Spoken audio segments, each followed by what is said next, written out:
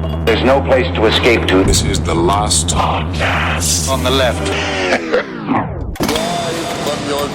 That's when the cannibalism started. What was that?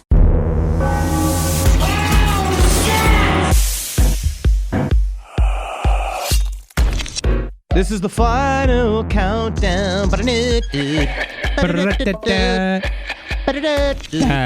Oh, did you watch right, that? Yeah, that is the final countdown for people in New York. Did you see your nuclear Holocaust preparedness? Get inside, stay inside, watch media.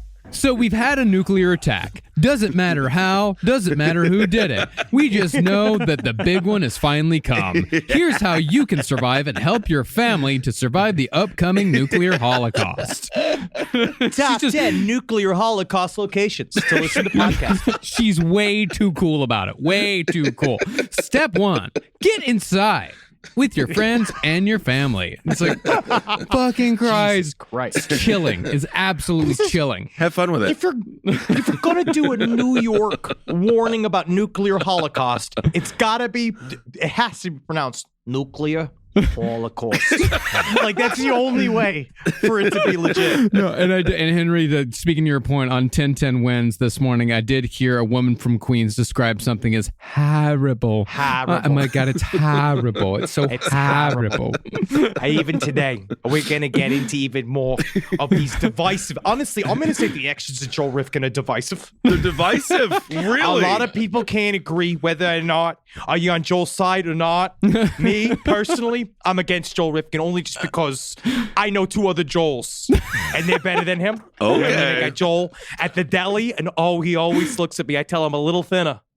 I needed a little thinner, and he always does it. Ooh, I say thinner, and he's thinner. just like this. I was like, paper thin. And he does it paper thin. I was like, I can see through it. And then Joel, the guy who bawled me out my sophomore year in college. But Joel Rifkin's a bad one. I agree with that. Absolutely. I'm happy you got bawled out by a Joel in college. Welcome to Last Podcast on the Left, everyone. I am Ben, hanging out with Henry and hanging out with Marcus. We are on to part 2 of one of Queen's biggest douchebags, which is saying a lot, Joel Rifkin. No, technically, he belongs more to Long Island. Okay, fine. Long Island. Whatever. Long Island, Queens. You have to remember, before you begin this episode, Long Island is one word. Long Island. And you have to, Long Island. Long Island. Hit the Long guy. Island. Long Island. Long Island. Long Island. Now, as we mentioned last episode, when discussing Joel Rifkin's childhood, he could easily be compared to Dennis Rader in that neither of them had any known childhood trauma or abuse, yet still became massive murderous dickheads. I would also compare him to Dennis Rader in the fact that I believe that he had an extremely involved fantasy life that he and Dennis Rader would not talk about. Yeah. They would purposely keep that hidden because I think in their own minds, that was their little secret. And I'm going to compare him to Dennis Rader because I think Dennis Rader would hate the comparison so much because these people are such pitiful little schmucks. Dennis Rader is like, I'm smarter than him. I could set up a camera by myself well in panties. Dennis, he says, he sends me letters and I'm just like, why don't you go measure some grass, Dennis? Why don't you go catch a fucking dog, Dennis? Oh, Joel! Now, one thing you may have noticed about our show is that we use Dennis Rader quite a bit as a sort of serial killer touchstone. And that's not just because he's the serial killer that I personally find the most fascinating. Rather, Dennis Rader gets referenced so much partly because he actively studied other serial killers. And since he was trying to become one of the most well-known killers in history on par with the Zodiac, he became an amalgamation of those he studied. He really is kind of the proto self-aware serial killer. Yeah. And he carried that through with it. I mean, he prided himself on that of like learning and adapting, fade away. He's trying to learn how to do the fade away because he can't jump as much from the center line. Learning a lot about sports, Kissel. Absolutely. Great job. When you get a little bit older, you have to change your technique. And of course, with Dennis Rader, he got a little punny with it when he put his cereal boxes in the back of trucks and said, "Get it? I'm a serial killer." And you know what, Ben, with that, I mean, that is actually, going towards Henry's point, is it's postmodern. It's this, he is doing an active comment on serial killing, even though it's fucking stupid and it doesn't really make a lot of sense, but he's still doing this. He's a jerk off and he's a human fucking wedgie. And I hope he dies in his, I hope he dies choking on his own vomit or do whatever. I hope he dies of fucking horrible cancer. Yeah. But yes. And as it happens, Joel Rifkin was much the same way. When Rifkin was finally captured, police found news clippings and magazine articles that followed the exploits of Ted Bundy and, more importantly, the Green River Killer. I mean, Gary and fucking Joel are like twins. They are so similar because they're both fucking glassy-eyed dolts that don't have, talk about the lack of introspection of like the non-thought about life, the non-examined life. Both of them were just like pillars of cement. Right. Yeah. Well, at the very least, remember, Gary Ridgway could paint one hell of a truck, and Joel Rifkin was good at nothing. Nothing. Yeah. There you go. Gary had he was a detailer. He had an actual viable skill. Joel Rifkin was an anchor on the side. I'll tell you one thing. That episode of Pimp My Ride where Gary Ridgway was the guest car painter, it got pretty bloody. Yeah, I put a sex worker in your car so you could sex work while you drive. There you go. Wow, it fell apart as soon as we were done shooting. See, during Rifkin's reign, the investigation into the Green River Killer murders was the most well-known ongoing serial killer investigation in perhaps the world. Dozens upon dozens of sex workers have been found murdered in the Pacific Northwest over a period of decades, and the identity of the killer, Gary Ridgway, wouldn't be discovered until well after Rifkin was captured.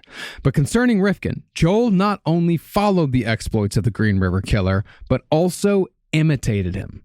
Here's a direct quote from Rifkin laying out how it was all done. He buried one. I buried one. He went from water to land. I went from water to land. He placed one by an airport. I placed one by an airport. He did things in clusters. Me? I did things in clusters. Well, it sounds like you're a bit of a copycat, Joel. Not really original whatsoever. No, it's an homage. You fucking moron. But you know what it is about? You know what it is about him is that Joel Rifkin, though, unlike Dennis Rader, who wanted to be known as this like ultimate predator, he wouldn't even let the knowledge that he was training himself to be a serial killer in, and that he was imitating these things. It wasn't until it was pointed out afterwards when they said, hey, we found these books in your, and he was just like, yeah. And it wasn't until after he started murdering and that he realized it's like, I guess I'm doing what he's doing or whatever. And it's the same like nonchalant, flat delivery of every single thing that he ever talked about his killing past, that like, it's weird. It's in its own way. Like, it's like he truly was compartmentalized. Yeah. Well, it sounds like he might have been a little bit of a Garfield himself, trying to learn through osmosis. Yep. Yes. Actually, you know what? That's fucked up. Because you know what? I kind of put him in a little bit. He's way more Odie than he is Garfield. Odie. Well, the thing about Dennis Rader and Joel Rifkin is that while they may be known in Wichita, Kansas and New York City, respectively, as boogeymen, and while true crime nerds may study them as well, the average person has no fucking clue who they are. That's because while BTK and Rifkin are notorious, they're still on the B team if we bring our Batman villain scale back into play. Whoa! You got to. Yeah. While Gein and Bundy and Dahmer and Gacy, those are your Jokers, your Riddlers, your Two-Faces, your Mr. Freezes. Yeah. BTK and Rifkin, they're more your Killer Crocs, your Clayfaces, Scarecrows at best. Yo, I'm not going to guys. give Mr. Freeze the A-team. Mr. Freeze is not dude. an A-team Mr. supervillain. Freeze is easily A-team. Mr. Freeze is totally A-team. Yeah. I don't know about that. He's the lowest of the A-team. He's the lowest rung of the A-team, but Mr. Freeze, if you read the first trade to Ed Brubaker's Gotham Central, Mr. Freeze can be quite terrifying when he wants to be. And Kissel, your favorite movie, The Batman, the sequel's going to have Mr. Freeze in it. So you better get boned up. So you know for a fact it's going to be, he's going to be like a refrigerator salesman or something. You know what I mean? Like, it's not going to be what we want Mr. Freeze to be. Maytag guy. See, if serial killers like Jack Unterweger and Hayden Clark, if they're the first villains Batman beats up in a storyline while he's trying to solve a mystery or prevent a disaster, those guys are the first rungs on the serial killer ladder. Joel Rifkin is the guy that you think is the big bad, but is actually still an underling himself. He's like Scarecrow in Batman Begins. It's not Scarecrow that's the big bad. It's Ra's al Ghul that's the big bad. Whoa! You fucking bastard! You mean tell me I'm some kind of red herring? All of this? Red herring. You're red herring. I'm sorry. Well, You're just I'm a red proud of herring. you. You just fucking, that's who you are. Stop that, Honestly- Joel. As a matter of fact, Joel, what if you're the red herring? That's kind of a cool. That's a. I think kind of about like it. that because fish, they go silently in the water, right? That's right. Visible from the surface. And right? they lay you never eggs. see a fish. No one can ever see fish. That's what I know. What if you start leaving little turds at all crime scenes like your little eggs, and then you're the red herring? I'm not ready to talk about the little turds. I'm not ready to talk about that. Okay. But nevertheless, even though Rifkin doesn't have the zazz of a Dahmer or a Gacy, wannabes are fascinating in their own right for entirely different reasons. Partly because they're so desperate to differentiate themselves, even though they all follow the same patterns. You know what it is? Is that Rifkin of, like, you know, we cover serial killers. He's kind of like, how do you say it? Like a boilerplate version of a serial killer. He's exactly like there's not a heck of a lot special about him, but he is more identifying that it's an American phenomena that is going to continue to repeat again and again, and that they are all echoes of these original criminals that have became super famous in American, like the American style serial killer that has became because like that was created by Richard Ramirez and Jeffrey Dahmer. He's the Alex Jones to Bill Cooper's Bill Cooper.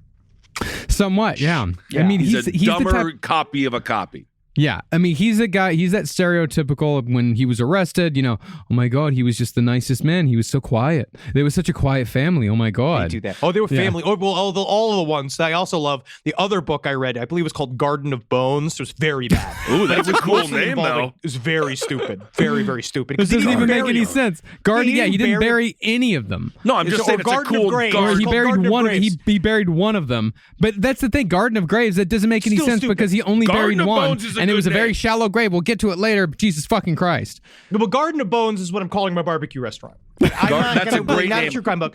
But they keep interviewing great. all the fuckheads that knew him from his childhood, and they're all like, he was a fucking nerd. And that's like all they can say. But like, well, you know, his pants were too tight, so Yeah. we had to fucking torture him. Like we had to beat the shit out of him. the one That's that's embarrassing. true. That came up again and again and again. It's like, yeah, his pants were fucking too tight. What do you want us Look to at do? this guy. Like, look at this him. His fucking pants guy too tight. walking around, begging for abuse. It's a little But you know what, bizarre, too, is- sure. You know what I think about Joel Rifkin makes him so fascinating to true students of true crime? Is the fact that he really is an everyman. Yeah. He's not like Richard Ramirez was born to be evil. Jeffrey Dahmer is this like spooky, like he's spooky. Like it's Yeah. this thing you look at him and He's why a ghost we- man. He's a ghost man. You don't. We're like you know a Joel Rifkin. We talked about it in the last episode. You know one. You've met one. You Sure. went to school Well, with Dahmer, one. don't forget, he worked in the chocolate factory, and being around that much chocolate for that long numbs the soul because Willy it's no Wonka longer became special. a slave trader. Yes, he did. And also, when it comes to burying bodies, I'm going to bury men and I'm going to kill them if they have an 8-inch penis, and then I'm going to bury them 2 inches deep. Keep the cock hard. Garden of Bones. What is this? What is this? Where is your then I'll imagination? take a lawnmower over him. Yes. It's interesting. It's fun? interesting. Yeah, it is. Boy, it's to spend 5 minutes in that old cranium of yours. He's been Yes, thinking about that indeed. for a while, like since we brought up Garden of Bones. Garden of Bones is fantastic. I mean, it's a horrible restaurant because all the food is gone, but whatever. Well, concerning those repeated patterns, after Rifkin dismembered the second woman he murdered, he took possession of her jewelry as a trophy, as many serial killers do. However, Joel maintained that the jewelry wasn't a trophy, even though he said he kept about 80% of the possessions belonging to the women he killed. It's kind of crazy. I watched this interview with him with this FBI profiler, and he constantly says, like, I don't know. They just said all that shit just ended up in my house. Like, he acts like it's like nonchalant, which is why I think he's hiding something, because obviously there was a deep, dark fantasy life inside of him. And he talks about how the first murder replayed in his head for every day. Like it 18 replayed and months. replayed for 18 months. And he said that his first excuse was, well, I had to kill again because then it would stop the videotape in my brain. I could put it in a new videotape. Now at least I could watch The Little Mermaid. You know what I mean? I could put something in there. Now I'm watching old fucking episodes of Hogan's Heroes. Oh That's a my funny Nazi. goodness! I love That's a those funny war. Nazi. That is a funny Nazi. But then, like, he, it's really weird. He professes to have no inner life, even though he must. Like, it's not an accident that he kept these things. He was fantasizing with them. Of course. I mean, they all do. Was he haunted by the first murder then? Or I did think he was enjoy sexually excited. Did he literally just get bored? Like when I had Dawn of the Dead stuck in my VCR when I was in college, loved Dawn of the Dead, but I watched it 1,000 times and I was like, I got to get a new thing in here.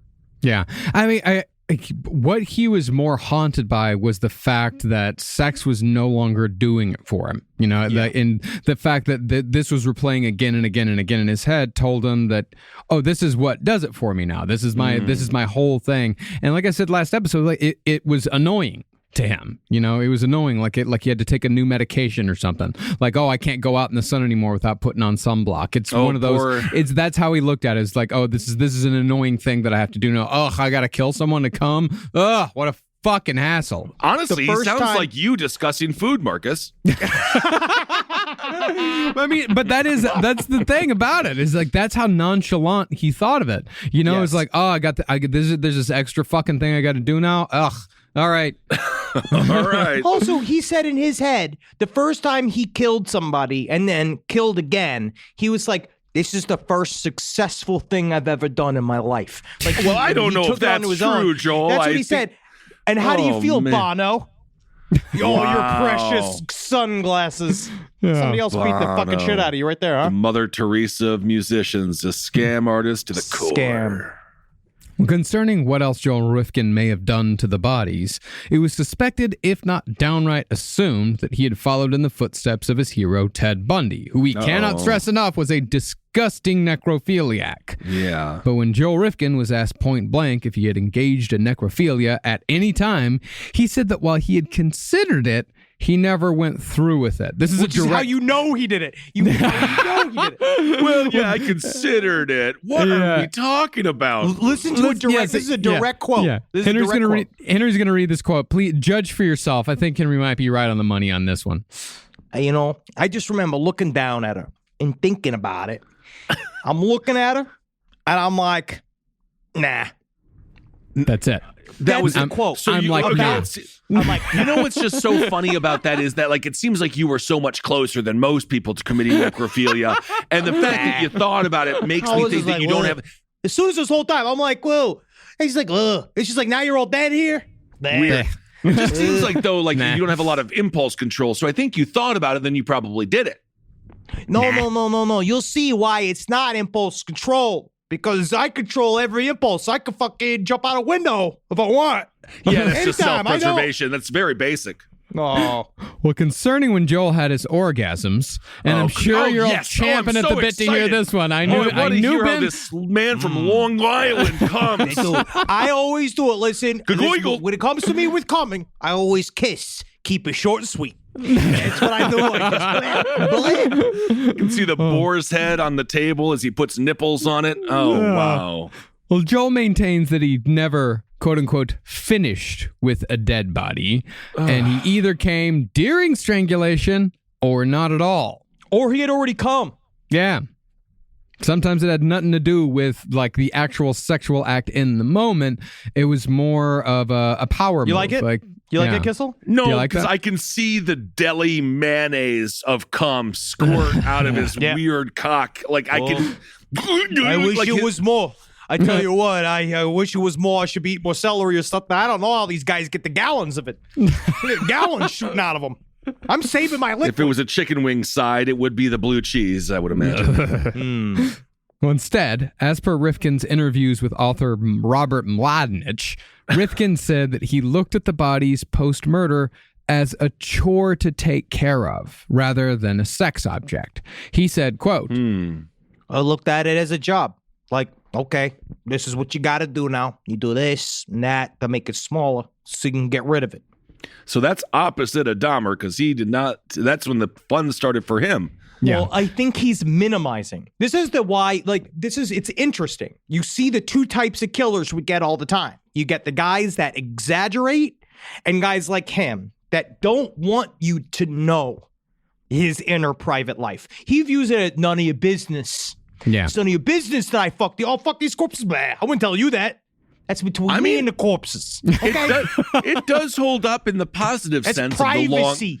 But the positive sense of the Long Island personality is you get the job done. And I mean, it's so it also kind of holds omerta. up. It's omerta. You fucking mind your own business. You don't care what I do in my fucking backyard. Okay? Yeah, I want to put in a fountain. Yeah, baby, it's coming over the goddamn fence. But Yeah, guess you what? better be careful. You're gonna come over here? You're gonna stop my fucking fountain? Be careful putting a fountain in. Henry's going to show up and think it's a kiddie pool. That's a funny old bit. That's a true bit. story.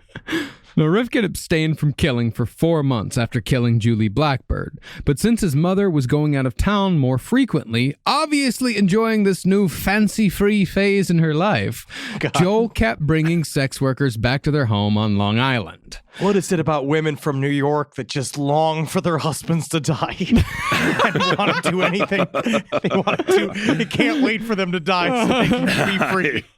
I'm not sure if it's the men or the women to blame on that one. I don't know who's worse. And from what Rifkin said, he had no particular plans to kill any of the women he brought back to his house. And he certainly had to his mother's house. It was not Joel's house, it was his mother's house. Yes, thank Makes you. it so much lamer. Yeah, and he certainly had no plans, he claimed, when he committed his next murder, that of 31-year-old Barbara Jacobs. From Rifkin's memory, murder simply occurred to him in the moment, and he acted. Joel said that he and Barbara were watching TV when Barbara fell asleep, and while she dozed, Joel began to go back and forth as to whether he could and or should kill her. This is the exact crux because everyone keeps asking, they put it on him. They're like, you do this for control. And he's like, no. He would insist that the women had control because that is his control mechanism. Like, that's what people don't understand is that he viewed the women as control. So him murdering them was, quote unquote, him taking his control back. So he thought that he would do it. And it was about the deliberation about whether or not I'm going to kill this unsuspecting person. Like, it was about me controlling their destiny. You can just see him going to the old jukebox there, hitting D7. Should I stay or should I go now? Should I stay? And then he says, you know How what? dare you? Do you think that that's what that song is about? I have no idea what that song is about. I think it's about going to the bathroom. I have no idea. But I'm sure that he did have some bizarre songs that he would play in Ritual. Yeah, probably a lot of Billy Joel. Yeah, Yeah. actually, it's going to be a lot of Billy Joel. And Bruce, Bruce is making his way in there. No, dude, you know how many I don't times think it would be Bruce. I think he's going Piano Man, He's not and going it's just Jersey. piano over and over and over. He's not going Jersey. No. He's Long Island. No, he's no, not going Jersey. He says fuck Bruce Springsteen. And he says like Billy Joel, because you know how many times he listened to Moving Out, and it was just like, yeah, Ma, you hear that? I'm going to be doing that soon. Yeah, Joel, please get out of here, Joel. Actually, I've been doing gigs. Okay, Joel. No, if Joel Rifkin was still out, if he hadn't have gone to jail, he'd be saving up money to go to those Billy Joel Madison Square Garden gigs at least like once a year. Like every October, he goes to see Billy at the Garden. I just got to be there because I know he's there for me. Yeah, I got to he be is. there for him. Oh, mama. Well, finally, when Joel was here at his mother's house with his sex worker, he decided to just do it, and he struck Jacobs while she was sleeping. She immediately woke up and fought back, but after they wrestled on the floor for a bit, Rifkin gained the upper hand and strangled her to death. But as to the business of dismemberment, Joel found that he either no longer had the stomach for it, or, most likely, knew that he didn't have to actually go to the trouble. After dragging the body down to the basement as he had the last two, he said, quote, For some reason, I could not do it. I mean, I had everything to do it, but I didn't start. I got to the point where I was ready to cut. I had the knife in my hand, and I'm looking at the body, and I'll come back and do this later. The My God. is in the quote. Like, literally, like, this is how he fucking talked. Like, and you know what I think, truly? I think he's fucking lazy. yeah, I think that's part of it. Possible. I mean, well, he starts off. I think he's always thinking about what is the amount of least resistance, because he does think at first, like, yeah, I got to cut up these bodies and put all the body parts in different locations, and and then the next one he's like, okay, I got to encase them in cement and put them in different locations, and then by the third one it's like, fuck it, let's just throw her in the goddamn river. Who gives a shit? So he's already getting, I guess, as Ted Bundy would say. Sometimes you lose the forgets where you put the so lug it nuts. seems also that it's becoming pretty blasé already. He always was. So he has no joy in having the corpse around. He doesn't like to dismember it. He doesn't like to have sex with it. Apparently, God knows what happened.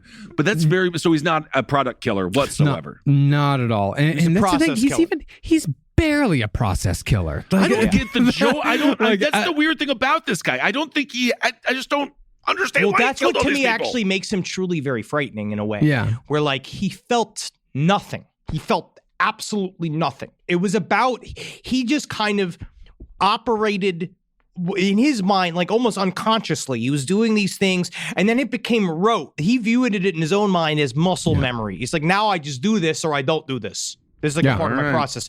And he's not a nice guy, Kissel. Oh, I see. So Joel left the body in the basement for a few hours while he decided what to do, and finally settled on simply dumping the body in the river. After the body was wrapped in plastic, Joel packed it in a large cardboard box, loaded it into his mother's Toyota sedan because his truck was broken down, and dumped the box in the Hudson near a cement processing plant. Immediately after dumping the body, Rifkin drove south into the city and picked up a girl in Manhattan for oral sex in the car. In his mother's sedan, no less. Hey, he's got more room because the handicap. He's got the handicap bucket. So I can really spread out back there. Wow. So he's accelerating, it sounds. Mm-hmm. And by the time he was done, Rifkin heard on the radio that the body he just dumped had already been found hours later. But instead of the panic he'd felt before, he said the radio report didn't faze him at all. In this, he was actually correct in thinking that he had nothing to worry about because Barbara Jacobs' body, like many others, it wasn't even identified until Joe Rifkin himself named her after his capture. Now, going back to Henry's observation that Joel Rifkin only preyed on the most invisible women, the ones closest to the end of the road, I think that the murder of Barbara Jacobs reinforces that opinion.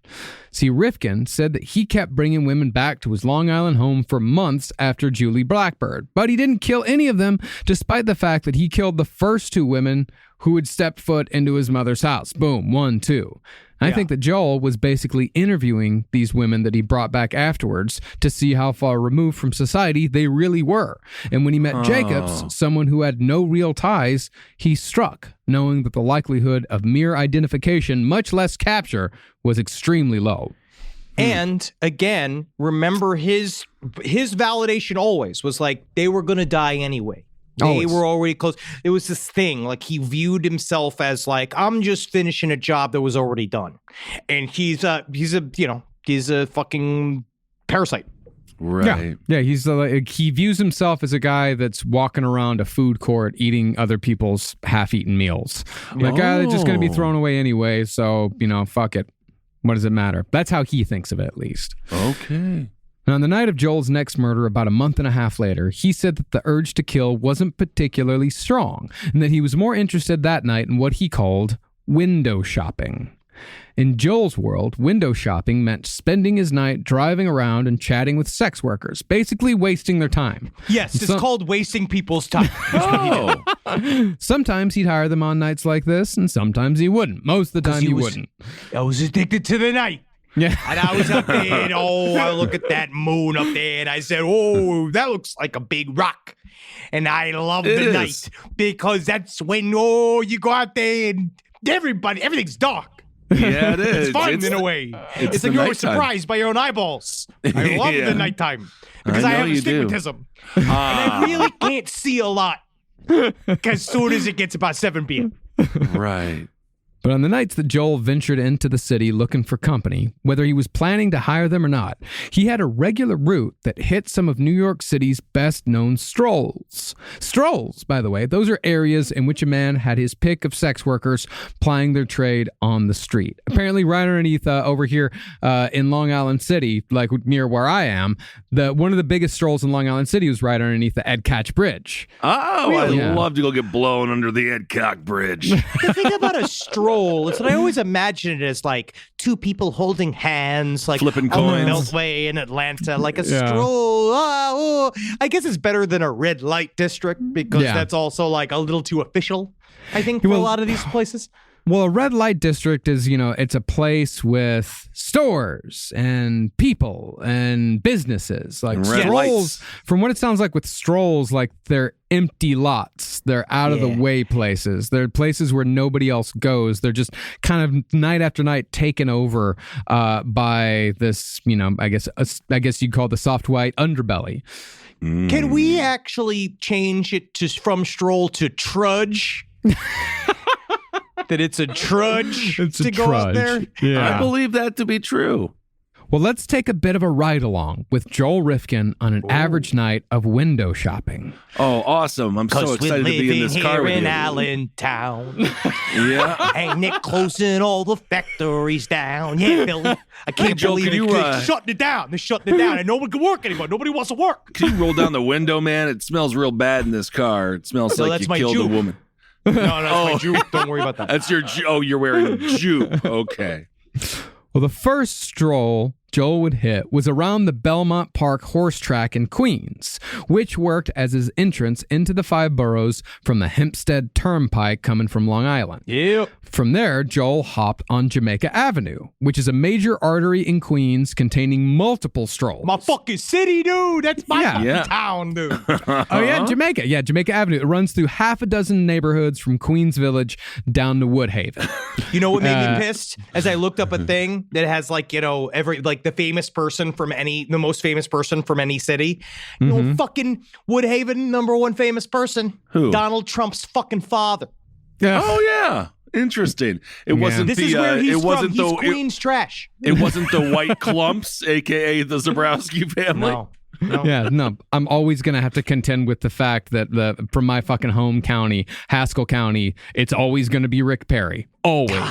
Oh, Jesus that doesn't fucking count. Christ. He's a douche. Whatever. That doesn't work. Nah. My Stevens Point, Wisconsin, I got RoboCop.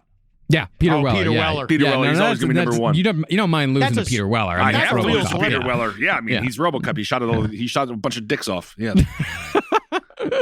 Well, at Woodhaven, though, Jamaica Avenue meets Atlantic Avenue, which bisects the Brooklyn neighborhoods of Bed-Stuy and Crown Heights, where Joel found even more strolls on this particular 5-mile stretch.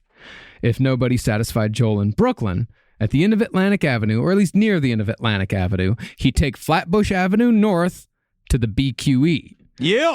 BQE, baby. All right, Henry, none of this is a compliment to you. These are roads, most of which have massive potholes and are difficult to navigate. Yeah, Atlantic Avenue is the worst fucking street to drive down in New York City. It's It is awful. like I hate in- Atlantic I Avenue. love it. That's my fucking No, you city, don't. dude. You don't even love It's it. not. You're a high I lived stress- over there. I lived over there fucking in Bed-Stuy off of Atlantic Avenue for 5 fucking years. You didn't live over there. You didn't I live didn't want there. to. I didn't want to because I grew up there and I knew what it was like. But this is the thing is, you guys never been to see, again, Billy Joel and MSG, because he breaks down when he's doing New York State of Mind. He calls out all the counties and places from like in Queens and Brooklyn, and everyone just goes, "Oh, that's where I'm from. I'm from Howard Beach."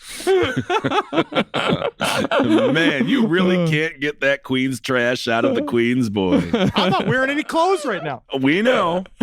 Well, out of downtown Brooklyn, Joel would get on the BQE. He'd take it up north to the Williamsburg Bridge. Oh. He'd take the Williamsburg Bridge across directly into Manhattan, which is where the majority of the women he murdered were picked up. You know what, Henry? I actually have to apologize because as soon as Marcus said Williamsburg Bridge, I was like, now that's my town. I was there 15 years, Williamsburg Bridge. I used to bike on, never bike. I used to walk over it. You used to No look at biking. it from an Uber. I used to yeah, look yeah. at it. All right, I get it. Now there's a little getting it. pride that goes with it. Oh yeah, man. Yeah, we already went past Bed-Stuy. Bed-Stuy, that was mine. But it's the thing. Once he got into Manhattan, there was a whole new network of strolls to go past. He'd start in the Lower East Side near the foot of the bridge at a stroll on Allen and Forsyth, right there where the Lower East Side starts turning into Chinatown.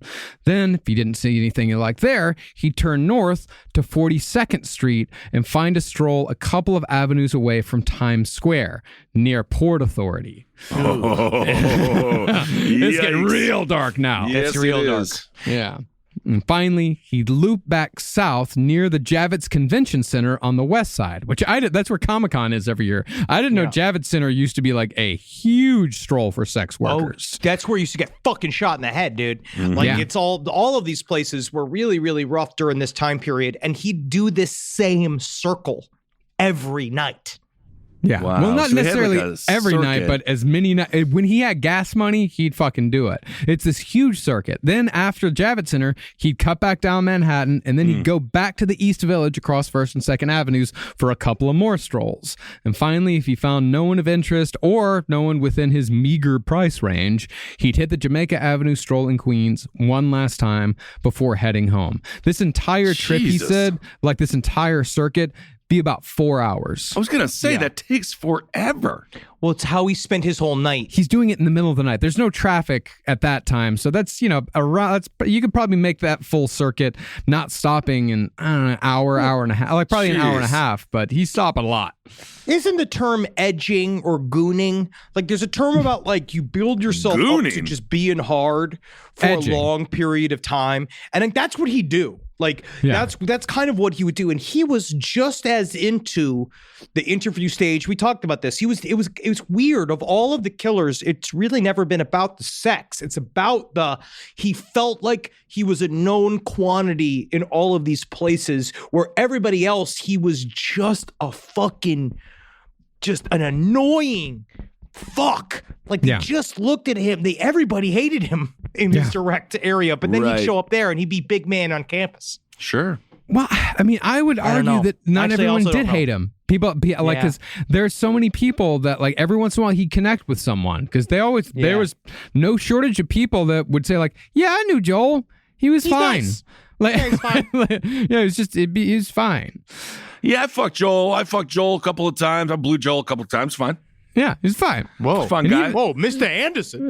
Yeah. I used to fuck him all the time. He was fine. He's a good guy. Oh, Good for guy. that- He's a good guy. Yeah. Well, for that stroll, that's over on the east side. That's 53rd and 3rd. Oh, that's a okay. whole Oh, yeah. That's where the different. Ramones were.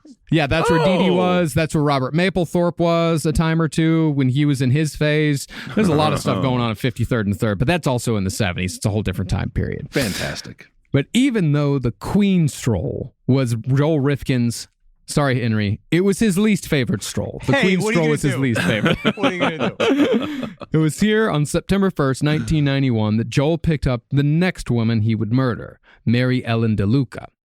Now, Mary Ellen suffered from addiction like many of the women Joel killed. So therefore, Joel claimed that before they were able to do any business, he had to drive around with her for 10 hours looking for her drug of choice, which Phew. highly annoyed Joel. I also don't know if this is true because I do not believe it would take you 10 hours to find any drug in New York City in 1991. Maybe I think 10 minutes. He's just an asshole. I think Yeah. that this is really like he got mad that she was like making him drive around, and then he had Right. this thing too. Because how do we talk about it? He set up these factors that he then it would make it quote unquote inevitable for him Yeah. to kill the people. Just being like, well, she's not respecting me. She's not respecting my time. Like we're here doing this thing, and then she wants to go run around and do all this stuff. Like he always has these excuses of why this one had to be murdered. Yeah. But on this occasion, Joel, perhaps emboldened by the fact that he'd killed 3 women and hadn't come close to an investigation, he stepped outside of his comfort zone for the first time.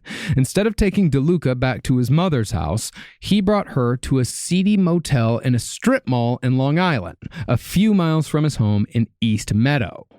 Now, after Mary Ellen scored some drugs, Joel rented a room, but DeLuca said that she needed to get high before they got down to business. Yeah. But once they did, Joel claimed that she acted bored and kept asking, "Are you done yet? Are you done yet? Are you done yet?" over and over and over again. I mean, I don't know if Joel was a regular Peter North. And I don't know if this is really the time to have like a romantic encounter. Yeah. This, of course, agitated Joel, if it is indeed true. But I do actually think that what came next might well have at least a kernel of truth. And if it is true, it's about the saddest fucking serial killer story I've ever heard. This is the first time I would put a trigger warning for how sad this is. It's incredibly sad. Joel said that after the sex, DeLuca kept going on and on about how much she hated life and how she just wanted it to be over. And after Joel said he asked her several times if she wanted to die, and after she said yes each time, Joel climbed on top of her and strangled her without a second thought. Rifkin said that while he was strangling her, DeLuca did nothing and simply accepted it, making her allegedly the only one who didn't resist. In other words, it sounds to me as if DeLuca died from suicide by serial killer, just as someone might die from suicide by cop. Dang. And then again, you never really know with Joel because he's so a serial full killer? of shit. Yes, Yeah, that's what I he's mean. not But the most reliable source. But Maybe No, not. he's Maybe not. not. there's something that he said, because again, it's all about, he had a very distinctly photographic memory about each one of these encounters because he'd replay it over and over and over and over again. And I think in a way it kind of, in his thing, it was like, and that was a good one I did because I ended a misery. Like he acted like that, where he Right. was like, she asked for it and I delivered. I did what she needed. And it was just, and it's just obviously It's sort the of worst. it's kind of the season of the witch for his little VHS collection. It doesn't really fit into the Halloween lore, but you're yet saying it that stands alone. so If you're it stands comparing alone this as a murder unique, to it's just Halloween 3, which I actually really enjoy. No, it enjoy doesn't. Halloween It's 3. just not it's great. Halloween. That was the problem. yeah. So this one doesn't really fit in with his overall theme. Fucking bastard. The overall Yeah. evil. Really didn't. Yeah. Well, it just seems like a lot of people were really sad back then. I mean, Yeah, they man. still are, but I look at pictures from my childhood and no one is smiling. And I don't remember anything. I don't remember the whole years of it. And it's like no one's Right. happy. Everything Right. is just, everyone's got like, I remember getting my starter jacket when I got the giant starter jacket. I remember being happy then. that's cool. I nice. remember getting a Ghostbusters Firehouse. I was happy Yeah. then. That's awesome. Which Yeah. team? Which team was the starter jacket? Was it Knicks? Mets? New York Giants. Giants. Oh, Giants. Okay, cool. Not bad. That holds Not up. bad. Yeah, it does. I got the Apex jacket for the Washington Football Club. Thank you. Thank you. Or what are they called now? The Commanders? I think it's called, the Commandants or something. I think they're the Washington, D.C. caterers now. Yeah. Which is incredible. Isn't that At least bizarre? honoring caterers and how hard That they would work, be which is nice. true. Mm. But either way, after the murder, Joel, inspired again by the Hitchcock movie Frenzy, he drove to Kmart and bought a steamer trunk to dispose of DeLuca's body, just as the killer in the movie had done.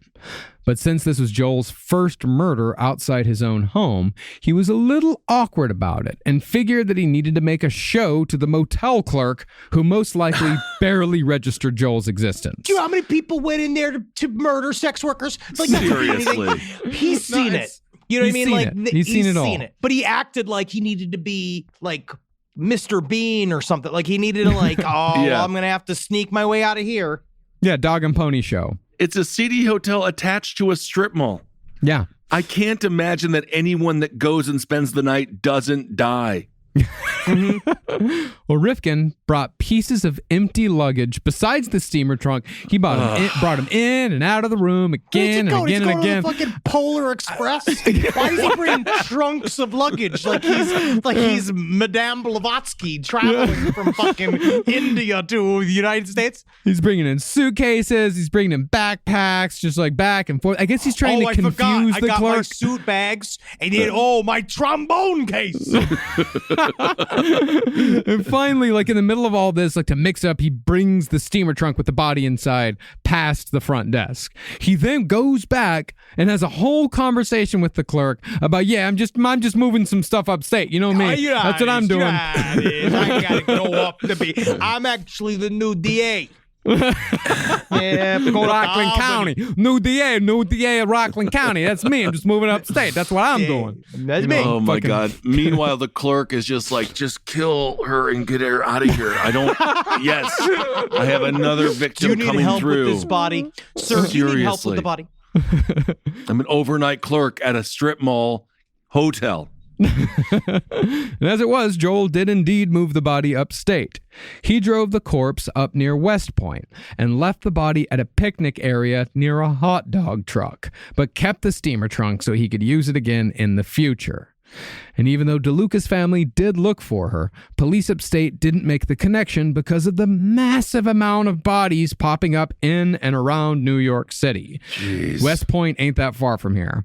Therefore, Mary Ellen DeLuca was buried as a Jane Doe and wasn't identified again until Rifkin confessed in 1993. Also, for those wondering what a steamer trunk is, no, it is not a trunk just full of other people's farts. It is the thing that has all of your family quilts in it. Because I was like, what If the you fuck got is a quilts, steamer you have a trunk? trunk. Yeah, that's what we Yes, have in our house. it's that. If I were to think a a steamer trunk in a dirty way, I would think it was a Full of trunk full of poops. turds, yeah. But fully formed turds, you know. Long ones.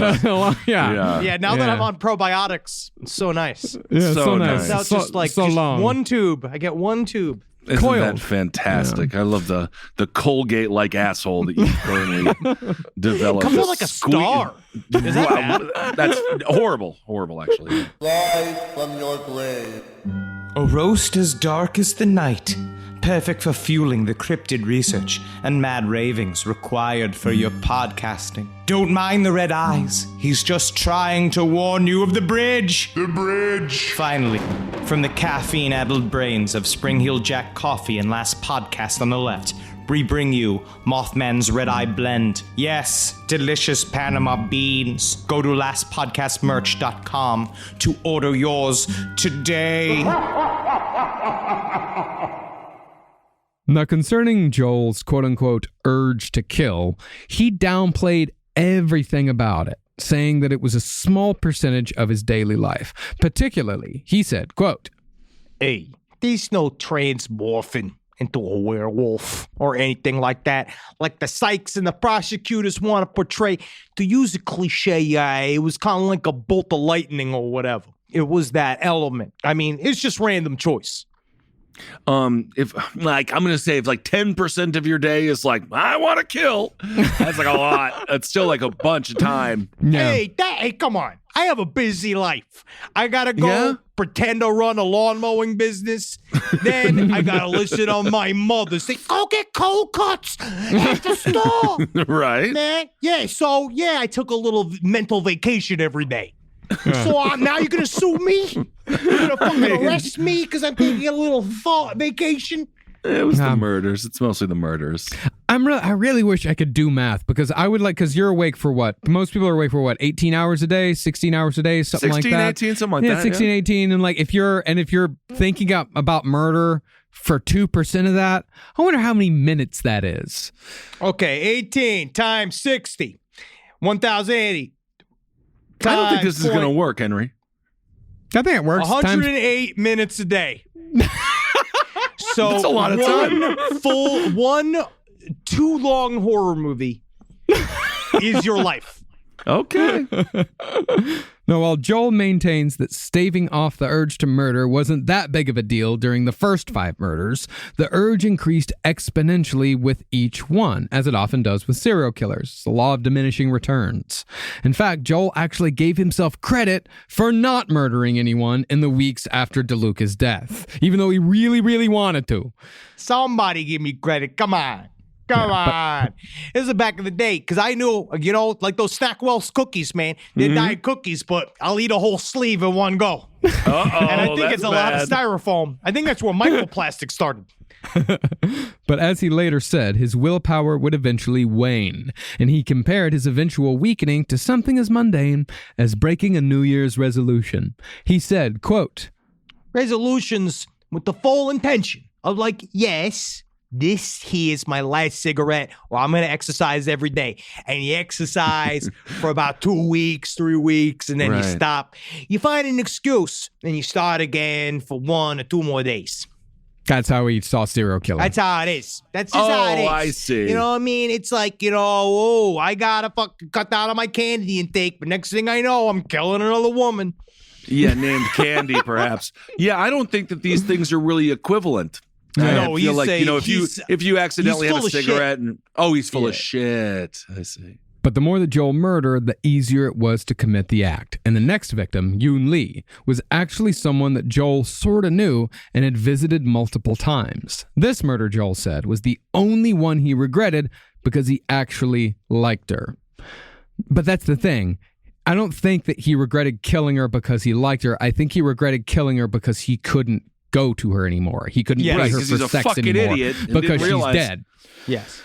Now, Joel said that they first drove to a parking lot to do business, but when Joel couldn't get an erection, he blamed it on there being too many people around with too much happening. There's too And many, I can't get hard. There's too many people. Get hard. When Marcus No. says business, of course, this was the invention of Krispy Kreme. And what they were able to do with the donut to make This is it the so first investors meeting. Yes.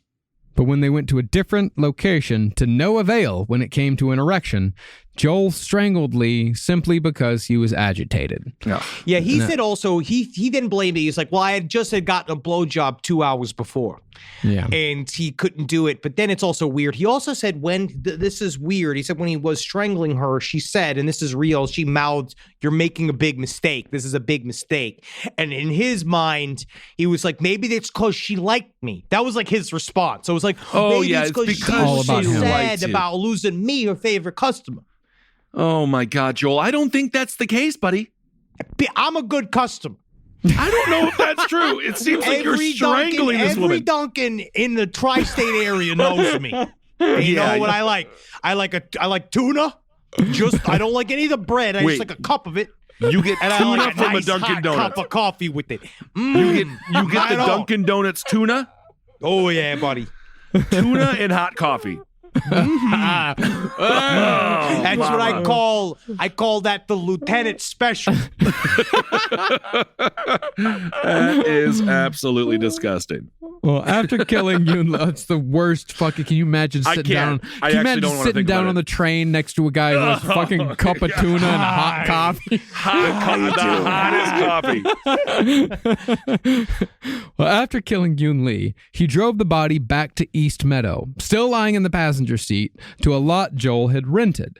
See, even though Joel had been having a bear of a time finding a job following his firing from Record World, he had tried to start a landscaping business of a sort. Once you own 4 lawnmowers, Uh-huh. the business begins itself. And then Okay. it turns out it doesn't.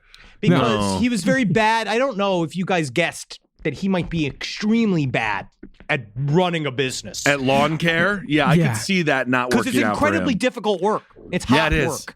Yeah. You can't just be a lazy fuck and Yeah. do the work. He just didn't show up. He just wouldn't show up to mow people's fucking lawns. That's what the guy from the New York Ska Jazz Ensemble said, is that they hired him, he just wouldn't come up. Time he go there, and I was like, excuse me, I'm sorry, let me let me put the trumpet down because it's so important. I just want to show you again. But that's what I do. That's what I do. Look at my shirt. He actually is also wearing the shirt in the. He's wearing the shirt. That's my favorite part is he wore the New York Ska Jazz Ensemble shirt during the interview. You just got to make sure you fucking pump it. Always be pumping. Always be hustling, bro. No press. Always. Always bad press. Cause my thing is, I wish Joel could learn the lesson that Scott teaches us all. If you don't show up, nobody's gonna skank for you. Absolutely You know what I mean? not. You gotta be the skank in your group. You gotta start the skanking. But nevertheless, Joel found a way to turn the lot that was supposed to be for a career into something for his hobby. See, the lot had a storage shed, which was where Joel had stored the steamer trunk he'd used to transport the body of Mary Ellen DeLuca. Once Joel arrived at the shed, he put the steamer trunk into the bed, carried Yoon Lee's body from the front seat, placed it in the trunk, and drove it to a rocky hillside in the South Bronx. There, Joel tossed the trunk into the Harlem River near what was then the Triborough Bridge, but is now the RFK, even though everyone still calls it the fucking Triborough Bridge. Because it is the right. Triborough Bridge. It always the fucking RFK will be the bridge. Triborough It Bridge. always will be. You know, there's still one sign that I know some asshole just refuses to replace. It just was Absolutely. one sign that still says Triborough Bridge. Absolutely. RFK. I never like bridges that are named after people who died in tragedy. It just seems like a bad omen. Yeah. But I don't want know. to just be successful people. Yeah. Like, I'm going to have Yeah. a real hard time if we ever have like a Kobe Bryant bridge. You know what I mean? Like, it needs to be somebody who died in his sleep at 99. You know? Yeah. Absolutely. I'm starting to think this old guy, the old chimney sweep fella there, he's 98. He's got a young girlfriend. She's 70.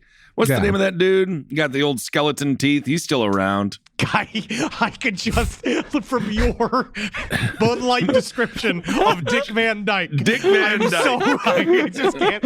Wow. Wow. That one did not. One of the biggest Dick Van Dyke. entertainers in history in America. The Dick Van Dyke. Ooh, that'd be good. It actually works. Oh, it does. No. Give me a Major Deegan any day. Just a man. Major Deegan? Yeah, the Major Deegan Expressway. It's up near the RFK to the Bronx. You take that, you get off the RFK and you get on the Major Deegan Expressway. It's how you get out of the city, get upstate. Well, we need the Betty White Desalinization Center. Oh, that would be great. Get the salt out. Get the salt out. Well, pretty soon, though, Lee's body came free from the trunk and floated downstream, where it was fished out of the water between East 123rd Street and Randall's Island, not too far from the dumping site. Now, after Lee, the gloves were off when it came to how casually Rifkin killed women. Where his first few murders were remembered in detail, Joel doesn't even remember the name of the sixth woman he killed, picked up at the stroll near Port Authority on 46th and 8th. Number 6, as she's still known today, was killed quickly and without even the pretension of provocation, and her body was stored in the landscaping lot under a tarp for later disposal. After Joel went home and took a nap, he returned that afternoon to stuff the corpse into a 55-gallon drum from a recycling plant, which was the method that would supplant his previous disposal MO for the next few murders. I mean, he acts like me after eating too much barbecue. He just goes to take a nap and just like nothing. Like, I didn't just murder this woman. I'll take care of it later. He feels nothing. He really feels nothing. Yeah, really, you know, I bet that's a pretty that's a pretty astute observation, because he sees it with the same weight as I'll do the dishes in the morning. You know, I am actually, and especially now I realize, especially after watching that interview with him, with the FBI guy, I think he did it for the fantasy. Like, it's the opposite. It's like he doesn't do it to have the body. He doesn't do it because he loves the act of murder necessarily. I think he does love the act of murder, and he doesn't like to talk about it too much. I think he likes the power he gets. He must. I think he likes it for the video play afterwards in his brain. Well, he likes it because he's a man who kills. Like, he likes being, he just I'm likes. that guy. I'm that guy. Yeah, I'm a murderer. You know, it's like, you people don't know this about me. I'm a murderer. I kill people. I'm a crazy you can guy. fuck with me all you want, but what you don't know is that I could kill you at any moment because I've killed somebody else. But Well, I don't think you could kill me. I'm a grown man. It doesn't seem No, like he you really can't kill you. No, he can only prey kill upon very people. sick. He literally Exactly. only kill a very sick woman very late at night. Exactly. no, it's a security blanket. That's all it is. Yeah. Well, after putting the body in the drum, he drove both back to the South Bronx to a spot where people routinely abandoned cars and unusable parts from local chop shops. And here's where Joel almost got caught for the first and only time until he was arrested. Wow. Just after Rifkin pushed the 55-gallon drum containing a murder victim into the water, he turned around to see 2 cops who were responding to a call that someone was doing illegal dumping. Thinking quickly, Joel said, I ain't dumping, I'm scavenging. And that's what he said. He's like, I'm not dumping, I'm scavenging. Technically, I'm clearing the litter. You don't know this yet, but there's a movie that's going to come out called Wall-E. I am like Wall-E. I'm like that guy. You don't know that yet, but But you could see the 2 cops just looking at this fucking Shamul. As he's like, because he's like, you know me. And they're like, oh yeah, that's what you're doing. And he's like, listen, this is the excuse he gave to the cops. I just lie so much. Truly, I lie so much. I'm a scavenger. This is what I do. So I forget what I'm doing half the time. Yeah. And then when the cops were kind of dubious about it, he picked up a fucking old axle that someone had thrown away. And he said, quote, I can get about $30 for this. like, he just starts picking shit up and naming prices. I got this. Oh, my I God. got this old shoe. I can give this to my girlfriend. I got this. Look at this fish's skeleton. Oh, scary. I can put that in a horror museum. it's like if Ed Gein produced American Pickers. Yeah. No. Oh yeah, I can get $20 for that. But how do you even get a 55-gallon drum? Like, we talk about it all the time. He stole it from a recycling plant. Yeah, he stole it. Yeah. And so the cops, not wanting to deal with this obvious pain in the ass, they just suggested Rifkin go scavenge elsewhere. They just give him a get out of here. Get out of here. Yeah. Nailed it again. Well, after that, Rifkin felt even more emboldened and got even riskier as to where he picked up future victims. Number 7 was 28-year-old Lorraine Orvieto, who was found in Bayshore, Long Island, much closer to Joel's home. And if you'll notice, I'm being very good about saying Long Island every single time. I want to make sure that our Long Islanders out there like our appreciate editor, Rob. That's right. So big ups, Rob. Good work. Not killing anybody. Long Island. Having a constructive life. Absolutely. Well, after Joel killed this woman in an empty schoolyard during sex, he rifled through her purse only to find a bottle of AZT, which was an early drug used to treat HIV. This, I think, is where we find one of the most baffling aspects of the Joel Rifkin story. See, even though he never used a condom during oral sex and only wore a condom if a sex worker asked him to, which is incredible considering how he murdered 17 of them, he'd put on a condom if she asked. He never caught HIV himself from the hundreds of high-risk sex workers he slept with. What's even more incredible is that while he did test positive for hepatitis, the free clinic he visited called him up a few days later to tell him that they'd mixed up his test results with someone else, which is good for Joel, but terrible for the person who thought they didn't have hepatitis. Yeah, Absolutely that's awful. why I'm invisible. Invisible. I can't even. I'm Teflon. Yes, these STDs, they show up, and it's just like my penis itself says, "Get out of here." If all of this, You can't handle me. if this entire series, which ends with this episode, ends with him being like enshrined in the Science Hall of Fame for having the only blood that can cure all STDs, I'm going to be like really upset. Like if it's just him next to that statue of a mouse, they call the mice. Oh, I mean, he got the clap often. Oh, he did. Okay, yeah, great. yeah. And Good. he had herpes upstairs, downstairs herpes forever. Yeah, so Yeah, he did man. not. He did not. Right. He He didn't even dodge had- that bullet. He I just dodged see. the He even fatal had- bullets. Breakfast nook herpes. I got it. But regardless of Joel Rifkin's undeserved, breakfast nook herpes. What the fuck is all that? the way, every nook and cranny. Oh, Yeah, like Lindsey Graham and his ladybugs. But regardless of Joel Rifkin's undeserved luck, he disposed of both Lorraine Orvieto's and the body of the next woman he killed using those same 55-gallon oil drums, and he dumped both near Coney Island. So he's dumping bodies everywhere. He's dumping them in Coney Island. He's dumping them upstate. He's dumping them in the South Bronx. He's throwing them off of the fucking, in the East River. Like, that's part of what makes it so difficult for the cops to see, like, oh, there's a serial killer here, because he's just It's all over doing the city. it's all over the city, and even And there's outside of already- the city, and in Jersey. Like, it's fucking everywhere. And there's already so many murders a year. Yeah. They're, like, it's all blending together. And this is like when he's fully in his aggressive, like, berserk mode, where he's just going out every night and doing it in real quick succession. Yeah, and these aren't the only sex workers showing up dead in New York City. He's not the only one doing this. For his next murder, though, Rifkin returned to Manhattan and picked up 25-year-old Iris Sanchez, who was driven down to one of the spots where the Macy's fireworks are set off every 4th of July. And after the subsequent murder, Rifkin started driving back to East Meadow with the body, but instead of taking her all the way, Joel decided to emulate the Green River Killer and dump the body near the airport, in this case, JFK. After driving... Was it an just because you don't like JFK, or an because he He's a was copycat. emulating the Green River Killer? Copycat. Also, Copycat. Rule applies. RFK, JFK. No. Also, No airports. just some That's of why I how, prefer. like, that's why I prefer LaGuardia, because fucking the mayor. He's a good mayor. real mayor. A real mayor. After driving into a vacant lot, Rifkin found a discarded mattress and simply hid the body underneath and just left it there. Oh my God. When he got home, though, he was met with quite an irate mother. All of you think that the cops are scary or what I do scary? you ain't never met Mrs. Rifkin. Yeah. Oh, you better not. I mean, I once used the doily to call, like, I had to clean up all his blood, right? I used his doily to do it. The and, good my doily. mother, she wouldn't even let it go. She's like, where's my doily? And I was just like, Ma, it doesn't even protect the table.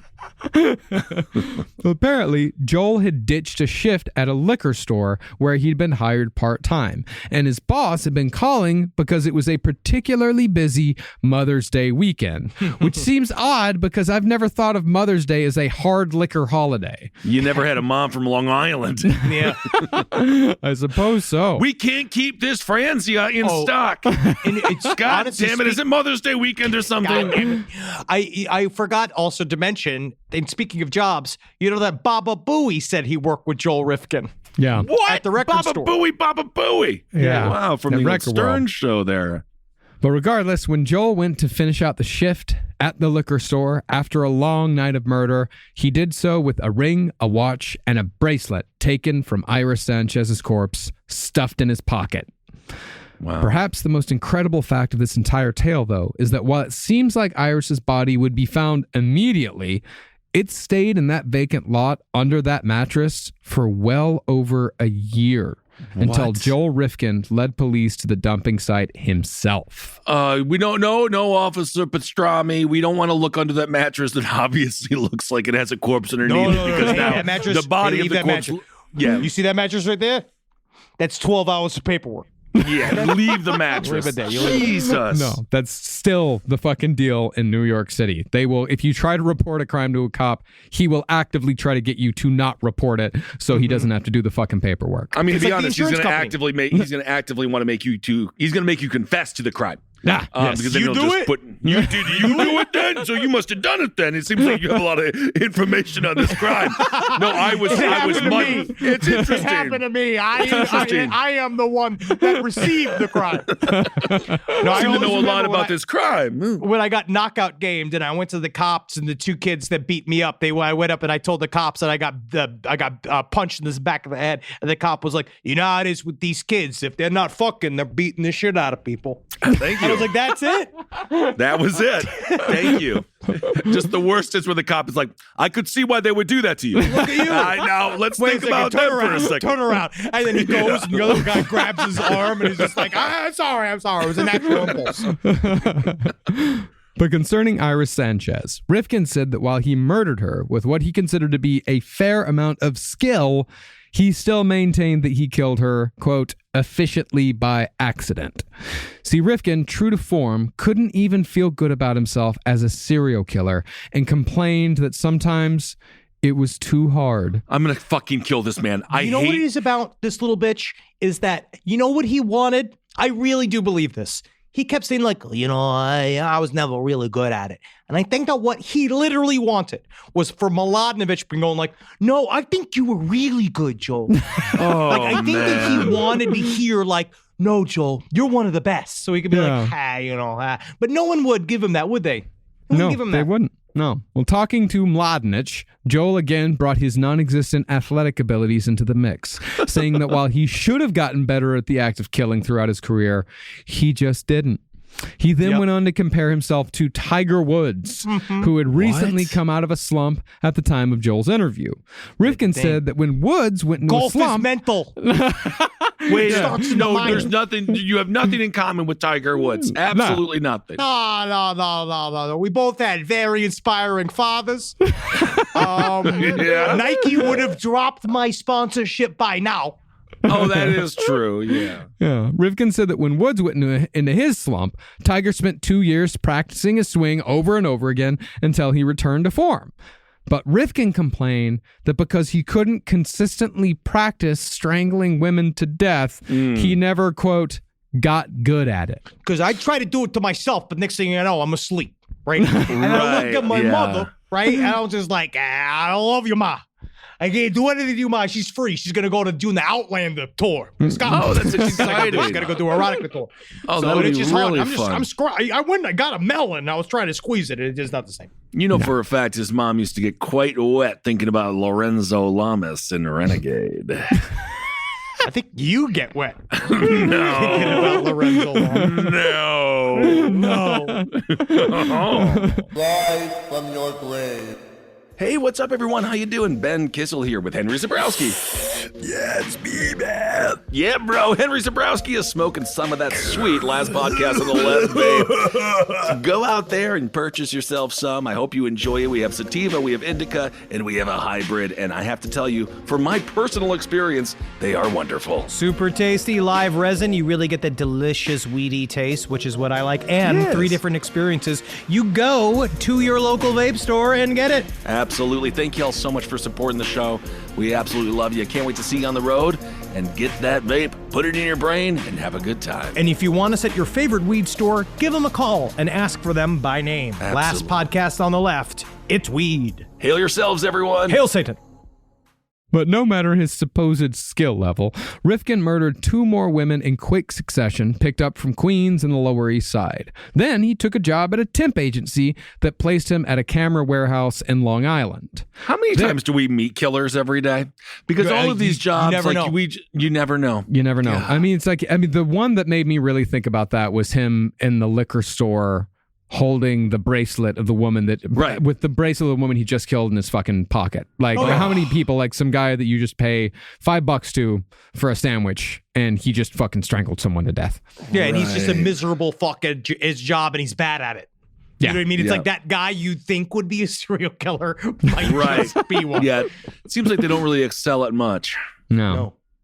There, at the camera warehouse, Rifkin worked with a high school acquaintance named Michael Brown, and the two eventually became friendly after Brown began giving Rifkin rides to work when his truck broke down. Surprisingly, Rifkin and Brown had a fairly normal work-buddy relationship, having lunch together. Occasionally, they'd meet up for happy hour after shifts, and this is why I think Rifkin is so full of shit when it comes to his interactions with other people and how much everyone hated him. Because there are plenty of people that are just, he's fine. He was fine, but he just didn't live that special life, that special perfect life that he felt like he deserved. But when Brown would ask Rifkin, hey, what'd you do over the weekend? Rifkin stayed vague, only saying, quote, Nothing. Nothing? I just hung out. Where'd you hang out? At? Around. Where people hang out. Yeah, like a park, or like did you go watch the Friday Mets? night, I hung out. Saturday day, Yeah. I stood. I went to a place and I stood in one place It was mostly for still about there. 8 hours. And Wow. I hung out. Watch the Mets game at all, or no, nothing? I was around Okay. doing various things and attending to various objects with All various right. personas. Great. well, other than that, the only red flag Rifkin showed was that when his truck wasn't broke down, he would never let anyone inside. And he always made sure to park as far away as possible from the rest of the staff. But speaking of cars, Rifkin, just like he'd been with talking about Record World, he showed no emotion in talking about his next and 13th victim.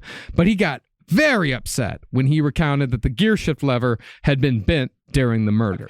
I can't believe you hurt my truck while I was strangling you to death. It's like, yeah, fuck you, dude. I mean, It wasn't even about hurting the truck. It wasn't about blaming her for hurting the truck. It was that he had an inconvenience to deal with. Like the gear shift was bent, and so he couldn't put it into drive. He could put it into drive. It was just really hard to put it into drive. I hate this. And it was going to be an inconvenience to him. But that's kind of what he said too, was that that was the only times he felt anything. Was that those moments? He said that when Mladenovich asked him, it was like, does the killing make you feel alive? And he's just like, it's not about being alive. It's about being aware, a heightened sense of smell, color, feeling, like even like when a guy like Mark McGuire hit 70 home runs in a year. You're not Mark McGuire. You're not Tiger Woods. Joel, no, you're not. You remember 1 or 2 of them, as being like the ultimate home run. You know what I mean? But, it's just kind of a sense. It's like, when the car wouldn't start. That's like a heightened sense of awareness. Wow, this guy really put himself on a pedestal, huh? He did. But also put himself down. Yeah. And additionally, as Mary Catherine Williams was Rifkin's 13th victim, Joel got superstitious and got rid of the body as fast as he could, dumping her in the woods near an industrial park in Yorktown. However, even though Joel was nervous about this murder... Do you think he would have done the thing like they do in hotels and just like not have named it his 13th victim? Just being like, 14. However, even though Joel was nervous about this murder, he kept a large wicker basket full of costume jewelry that Williams dragged around with her, which led police to believe upon searching Joel's room that there were potentially hundreds of victims. But while hundreds of victims sounds a bit ridiculous, it's not the most out-of-the-world notion. The body of the next woman Rifkin killed, Jenny Soto, was dumped at almost the same exact place where Rifkin had dumped Yoon Lee's body in the South Bronx. But while the cops did admittedly investigate that murder, they didn't even think about the possibility of a serial killer, and instead did their best to pin Jenny Soto's death on her boyfriend, an aspiring rapper lost to the sands of time, named Popcorn. You know how it is. You gotta wrap yourself in a buttery way. If I don't make it in music, I'm going to the police academy. That's where I'm going. You're gonna do great. One day you're gonna be a detective. You're gonna be a detective one day, Popcorn. Popcorn, did you ever make a mixtape or anything like that? It's Hot Fire. Yeah, you gotta check it out. Hot Fire. You like mixtapes? Dog. Yeah. $10. I put it in your hand, bitch. I put it in your hand, you fucking bitch. Give me that money. All right, here's your $10. I actually don't want the CD, but give me the money. Here's the money. If you ever visit New York City and someone tries to hand you a CD, run away. Do not take it from him. Hands in the air. Hands in the pocket. Do not take the mix CD from the man. He will demand money from you. Mm-hmm. You know who also fucking does that? Those motherfucking Buddhists. They hand you that gold card, and then they're like, they hold it, like they give you for good luck, and they're like, donation? Oh, I thought you fucking were one with everything. I thought we were all just atoms, bro. Yeah, and if a guy bumps into you and comes up to you and says that you made him drop his glasses, he did not drop his glasses. He brought some fucking reading glasses from CVS, and he's trying to scam you. He's scamming you. Yeah. And if a guy's got his gun in your mouth, if a guy's got a gun in your fucking mouth, make sure you stick your tongue in the hole, because you can stop a bullet very easily. Absolutely, no problem. But since Jenny Soto was physically the hardest woman to murder out of all of them, to the point where Joel had to break her neck, he slowed down for a few weeks until February of 1993, when he picked up Leah Evans. Evans, as it turned out, was not a lost soul like so many others killed by Rifkin. She was the daughter of a Manhattan civil court judge, and it's thought that her night with Rifkin might have been her first ever as a sex worker. From what Rifkin claimed, Leah stopped Joel in the middle of the act and asked her to drive her to a friend's house. And Joel said that since she made him feel uncomfortable, he strangled her to death. But perhaps because Joel got the feeling that she wasn't like all the others, which tells you that he was getting far more relaxed about his victim type, he buried her in a shallow grave, the only time he ever buried someone he killed. Garden of Bones. Yeah. But as it turned out, that shallow grave was very shallow. One might say lazily shallow. And almost 3 months later, a couple on a nature hike saw Leah Evans' hand sticking out of the ground, still painted with red nail polish. Oh. Despite her more elevated background, though, she also wasn't identified until Joel was caught. But on the other hand, that also had to do with the fact that Joel was very, very near to getting captured. Speaking of being brazen, Rifkin was not only getting more careless with his victim type, but also where he killed, who was around while he was doing it, and how long he waited before getting rid of the evidence. Case in point, in terms of all three, was the last murder Joel Rifkin committed, that of 22-year-old Tiffany Bresciani. See, Bresciani had been a performer at one of New York City's sex emporiums, the Big Top Lounge. Which at one point had actual carousel horses ridden by topless dancers. Man, I do feel like that these places must have been so fun. I know everybody was like scared there, and there was a lot of problem, violence, crime. But I do feel like that's fun. Like the idea of like a sex show, like I'm gonna tell you this. I don't know if it was. Yeah. I went to a place called Dino's Bikini Bar. It was near MSG, right? Oh, I And know was exactly this what will be you're fun. talking about. And then I slowly but surely found out that the girls weren't allowed to speak. B, none of them were from here. And then I just kind of found out that I think they were all being trafficked. Oh, so that's that not was good then at it was all. shut I'm down just- about 6 months later with a lot of red tape. I want a Yeah. fun, safe environment where you could go I don't and they know do if the fun Booby things. Where they do Emporium- like Jumbo's Clown Room is really great in LA, right? Where it's like Yeah. you go and it's like a show. Like it's really fun. You know, like that sounds cool. I like a Yeah. show. I like to go there and they're singing. I like to go there and you see their talents. They can do some impressions, show their boobies. No, I know what you like, and that's why I don't think you'd enjoy that. Yeah. The event, I think. It's always the floors. The floors are always in really bad shape in those places. Yeah. Yeah, that's the biggest problem. Yeah. Floors. The janitorial staff are asleep. That's the real Right. problem. The floors floors tell you a lot about a place. They do. But breast. I'm serious. No, I believe it. I believe it. Yeah. That's why I only go to strip clubs with marble floors. It's fun to watch everyone fall down. It's like all Flipping around. slippery. It's like, whoa, wow. Falling into tits. Yeah. I went to this one place. They used one of the last porno shops in like subway stations on 42nd and 8th when I worked over there in 2000. Yeah, I went there with a boss once who asked me to go there after work one day because Work was different back in the day, guys. So Because we both It wasn't back in the day. That was 2010. And it's 2006. It's 2006. We both. Well, that's the thing. Is we both lived in Harlem, and we would take the train home together one day. And then one day he was like, "Hey, yo, I gotta run a little errand before I go home. You wanna go with me? You wanna have pass?" He And was I'm like, trying to have sex with you. Yeah, he was definitely trying to have sex with you. But I- what yeah, is it maybe, about you, Marcus, maybe. where people feel comfortable showing you their most disgusting habits?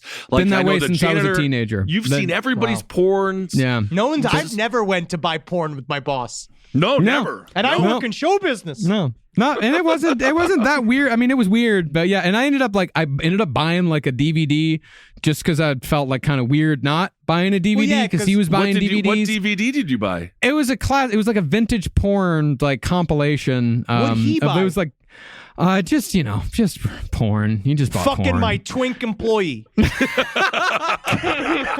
Fantasies come true. I mean, but he was also in charge of the. Well, no, I can't get more into the. What that guy did without actually like saying like where I worked. But and I. Incriminating him. Incriminating, yeah. Shouldn't be doing that at this point. Well, Bresciani, though.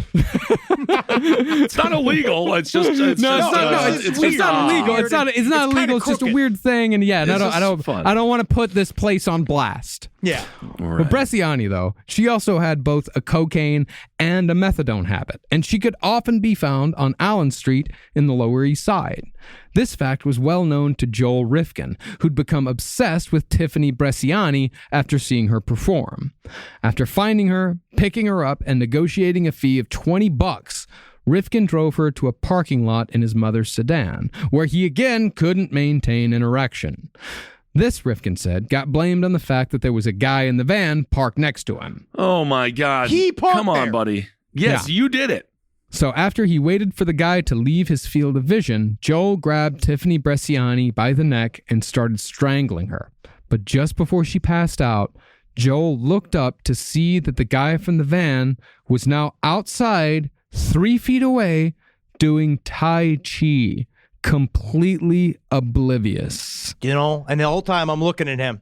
And I'm thinking, how's that even fucking exercise? He's just kind of, it looks like he's pushing clouds. I don't know what he's doing. You know what I mean? You just got IG. this Steven Seagal looking dude doing Tai Chi Yeah. under, what are they, under a fucking bridge? No, they're just in a parking lot somewhere. Just a random parking lot. New York peace. You have to Yeah. find Okay. it somewhere. Sure.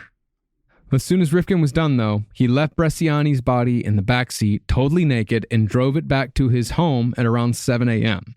Once he got there, he told his now constantly irate mother that he had to do some errands before she could have her car back. Which, because she's literally Oh getting my all the calls God. like, where's Joel? He was supposed to cut my lawn. And they're all like, he's not, I don't know where he is. And then like, he's just the total, absolute piece of fucking. He's just the worst. And he's constantly taking her car at all hours, and she's long since stopped asking him where you been, what have you been doing, where you at, Joe, why you out all night, hours of the night, Joel, because she knows where he is now. She knows exactly where he is, and she knows that she can't stop him without either locking the door to his room or fucking murdering him. Yeah. He then drove to Kmart, bought antifreeze, oil, and a tarp. Then took the car to an empty lot where he wrapped Tiffany Bresciani's body in said tarp, which was then locked in the trunk.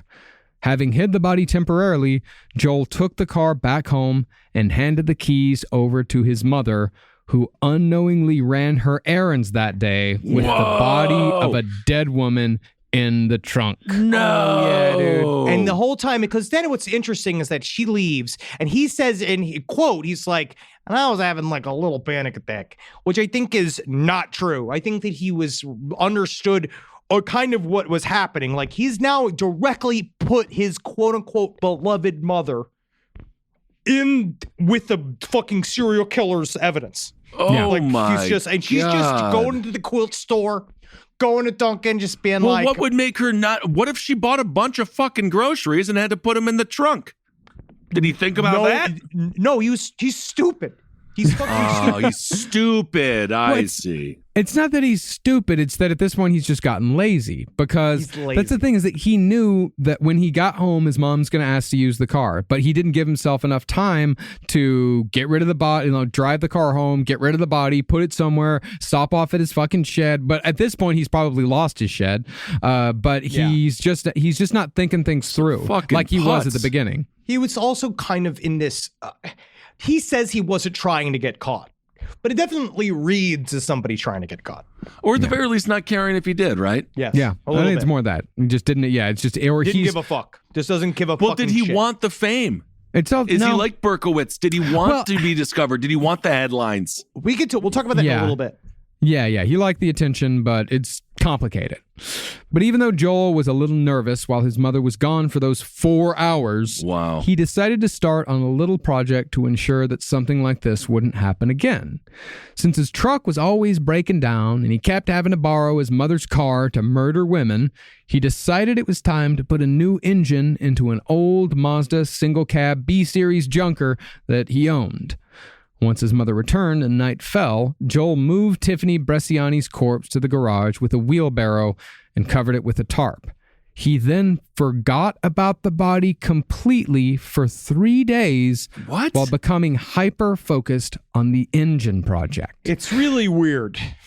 Well, concerning Joel's hyper-focus, our head researcher pointed out to us that Joel Rifkin might have had undiagnosed autism, and not just because he became focused on a project to the point where he ignored a dead body decomposing in the same room for 3 days. From what we've been told concerning autism and Joel Rifkin, Joel showed multiple signs of being neurodivergent. He was never able to look anybody in the eye. He had very few facial expressions. He was never able to hold a job or maintain friendships, and he had a very hard time understanding the emotions of others. That being said, it's important to note that Joel Rifkin was not a serial killer because he was possibly autistic. Instead, his possible autism had no more to do with his serial murders than Dennis Rader's baldness had to do with his. It's a sign of high testosterone. Well, let's be honest.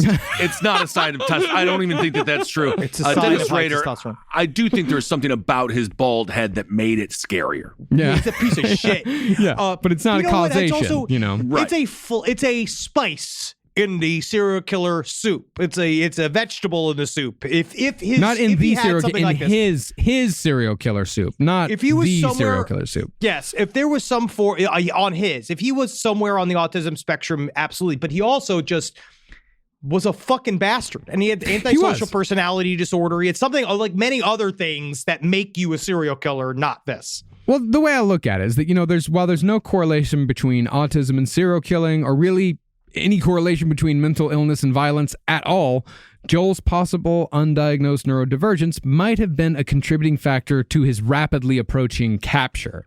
See, because Rifkin was so heavily focused on that engine, the disposal of the decomposing body fell completely to the wayside. Because it's not like Joel didn't know there was a body in the same room. He knew there was a body in there with him. Well, I'm assuming it started to smell a little bit. Yeah.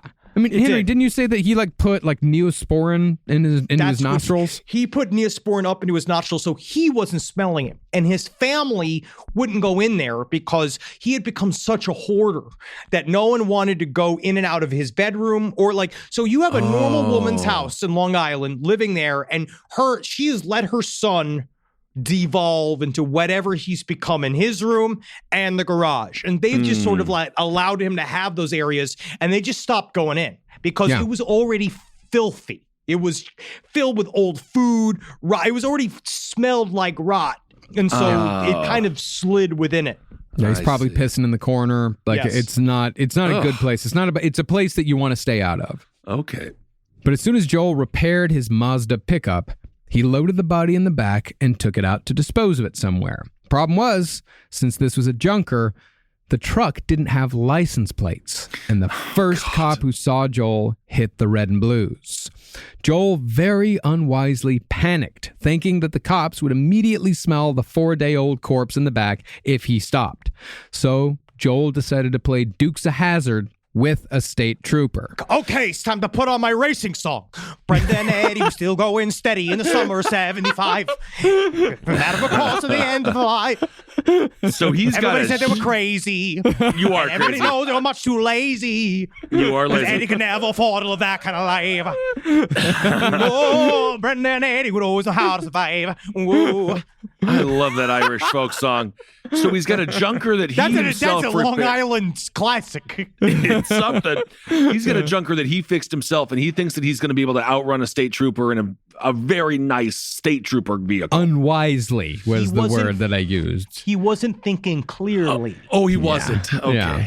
Well, not too long after exiting from the Southern State Parkway and running a stop sign, the state trooper called in the situation, and before long, multiple cars were chasing after Joel. The chase went on for 20 minutes, but finally Joel took a turn too fast and lost control, crashing into a utility pole. The body was found almost immediately as Joel Rifkin was laid on the ground with his hands behind his back. Oh and my after God. 17 murders, he was finally arrested because of one simple mistake that was entirely his own. Because he's on the ground. He was literally on the ground with his hands behind his head. And the cops went up to him and they were like, "Do you know you don't have a license plate?" Like, that's why we were pulling you over. Yeah. What a if you're that cop, I mean, obviously it's horrible what's happened here, but that's a hell of a that's a big get. That is literally how my father became You a get to detective. retire. With Yeah, it, you he get to pulled retire. over a murderer. He pulled over a dude who had killed 2 people, and he pulled the thing, and then it had a warrant out for his arrest. The guy ran like 20 feet. My dad caught him, and he got a bunch of medals. Wow. There you go. That's crazy. And what did he do with that? Like, you know, with that newfound... Straight to the desk, man. He went straight to the desk, and he never he pulled his gun, never again. Never again. But he did. Did he go to get a lot of free entrances to like Mets games and shit like that? Dude, being a cop back day was pure freedom, dude. You splashed the bench. We went Mets for free. I saw Mets for free. I got right up next to like the dangerous part where they shoot the fireworks off. We got to go through that whole thing. Really great. It's amazing, dude. Phantom. I saw Phantom of the Opera for free. We got that limo. Yes.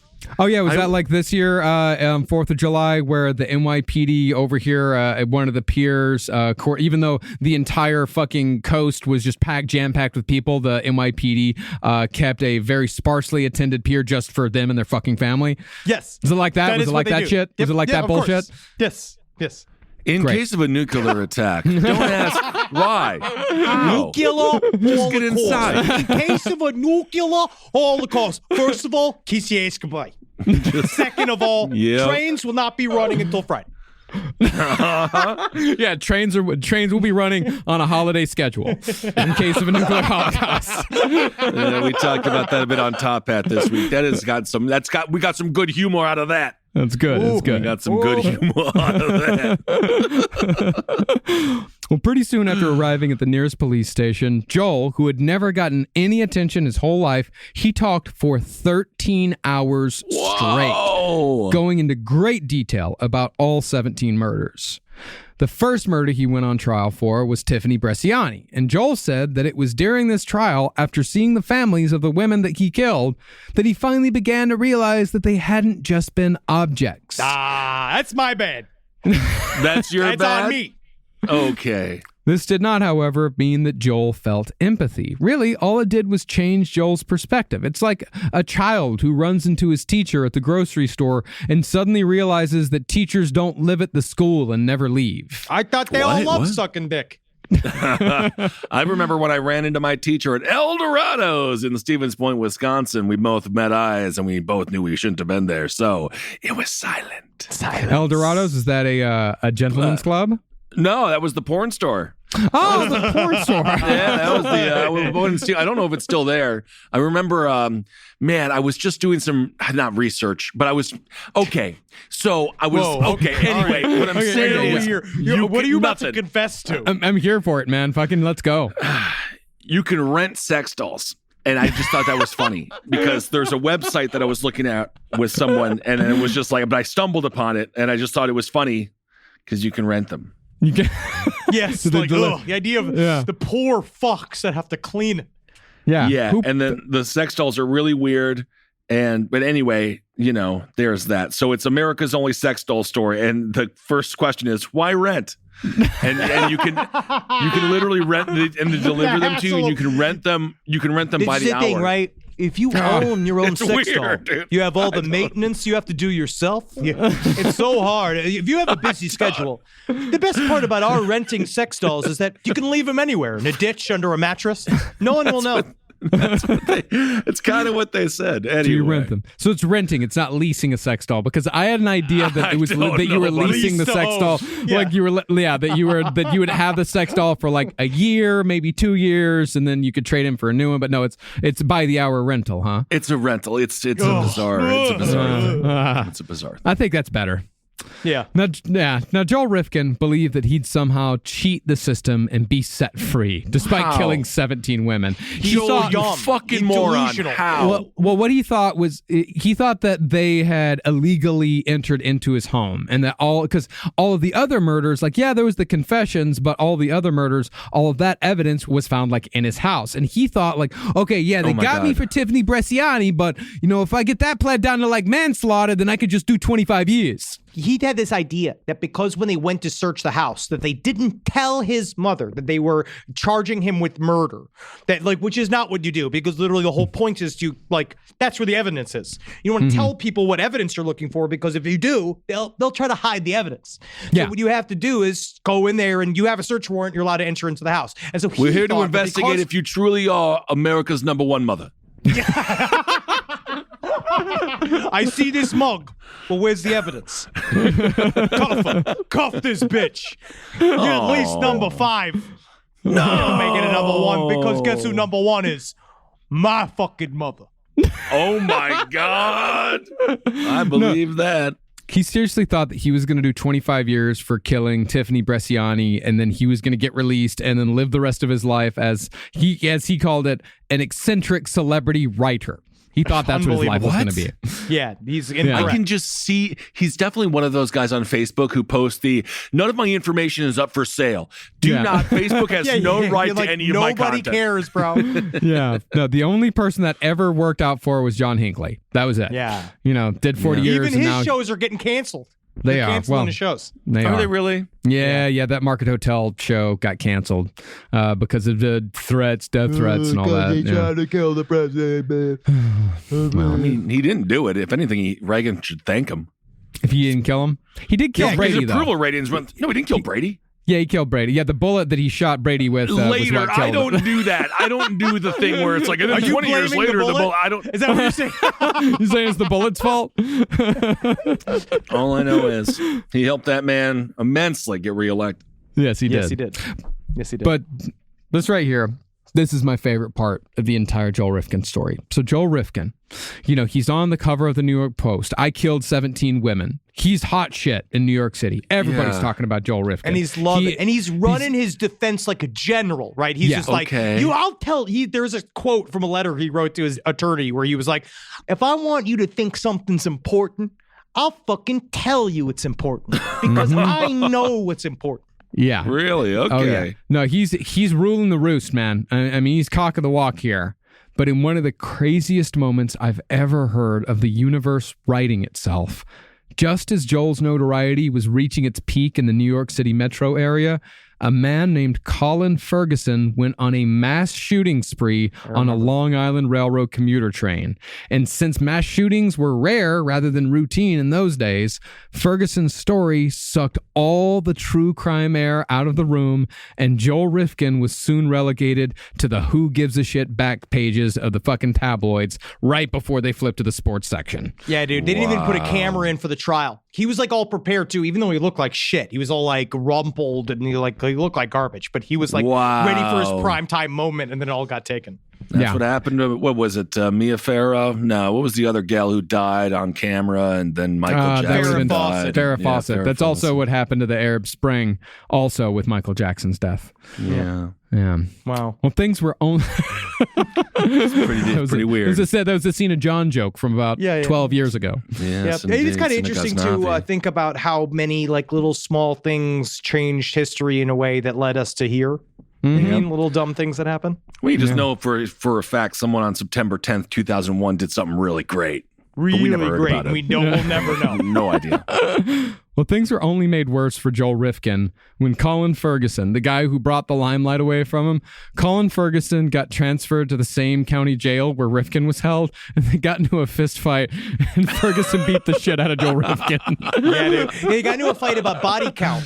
They were talking about, they got into a fight literally where Colin Ferguson, because he was truly very crazy, he was like, I killed 6 devils. You just killed people.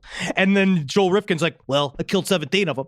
And then the guy beat the shit out of him. Oh my God. Always annoying. Rifkin was soon transferred to Rikers for his upcoming trials, where he became a punching bag for a whole series of other inmates, and he would routinely show up to hearings with black eyes. And after that, Rifkin was found guilty of 5 murders in relatively quick succession. But when he was found guilty of the 5th murder, he seemed more concerned with the surgery he'd just had to remove a cyst from his thigh 3 weeks earlier.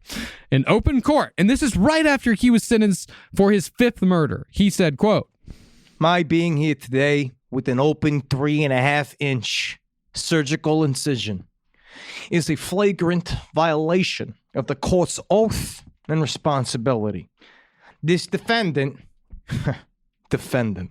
sees no reason in law or logic that compels this defendant to be here on this date when the court could have easily postponed this matter for 2 weeks for this wound to heal properly. All right, now if you just turn over, pull down your pants, keep the underwear on, it's time for the wedgie. This is my other favorite quote. This man so much. I hate this fucking guy. This is another one of my favorite last quotes he has. I have premonitions, you know. I will die at 69. My father died at 68, outlived his mother by 1 year. I predicted my arrest. I was 34, which is half of 68. I knew that the number 17 would be the last because 2 times 17 equals 34. I even calculated the extra days for leap years, like for the year the Dolphins played the Super Bowl. You remember that? Was that a direct quote? That was a direct quote. That was a direct quote. He did say, like, leap year. Like, you know, when the Dolphins won the, like, that's his touchstone for a leap year. Is the year the Dolphins won the Super Bowl. Wow. Stupid. It's very stupid. But by the end of it all, Joel Rifkin was sentenced to over 200 years in prison and got sent to Attica, which at the time also held Mark David Chapman and David Berkowitz. All 3 of them were in the same prison at the same time. My angina. Seriously, they could not keep milk in that prison if they wanted to. How much milk those fuckers gotta go through, man? Those 3 in there, dude? Oh my God. But since then, that dream team of New York shitheads has been broken up, and Joel Rifkin has spent the last 26 years in solitary confinement because he was getting bullied too much by the other inmates. Like, they weren't even threatening to kill him. They were just literally throwing Pushing shit at him. Like, they were just throwing cups of piss and like cups of shit. And he would complain about it. He would complain about it. He would actually go, real classy, guys, real classy. Real classy. Yeah. No, it's Attica. So it's not classy, isn't really in the vernacular of actions.